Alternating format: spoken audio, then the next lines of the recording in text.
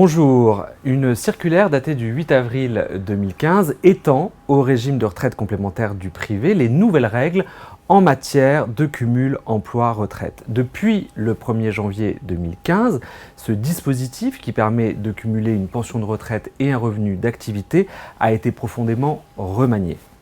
Dorénavant, pour pouvoir partir à la retraite, les actifs doivent liquider l'ensemble de leurs droits à la retraite. Du coup, les retraités qui poursuivent une activité à la retraite cotisent toujours à la retraite dans le cadre de leur nouvelle activité, mais sans se créer de nouveaux droits, y compris s'ils changent de statut professionnel.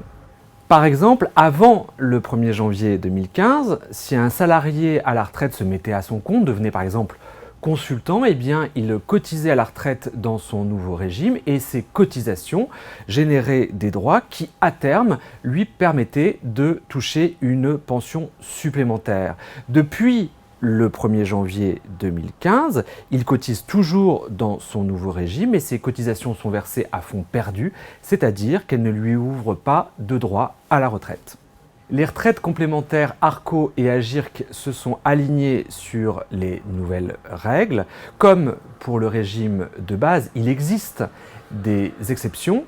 Outre les retraites prises avant le 1er janvier 2015, les pensions de réversion versées aux conjoints survivants et les pensions d'invalidité ne sont pas concernées par les nouvelles règles.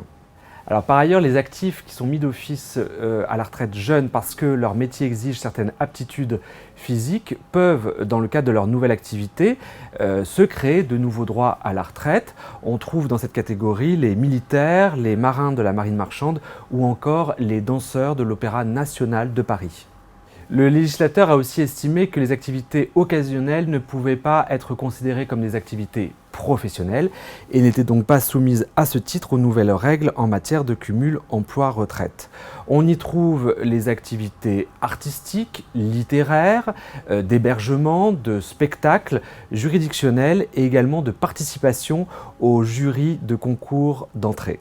Les mandats d'élus locaux ne sont pas non plus considérés comme une activité professionnels. Du coup, ces élus qui doivent cotiser obligatoirement depuis le 1er janvier 2013 au régime des salariés, eh bien, s'ils sont à la retraite et si auparavant ils étaient fonctionnaires ou indépendants, eh bien, eux, ils ont le droit de se créer de nouveaux droits et de toucher à terme une retraite supplémentaire.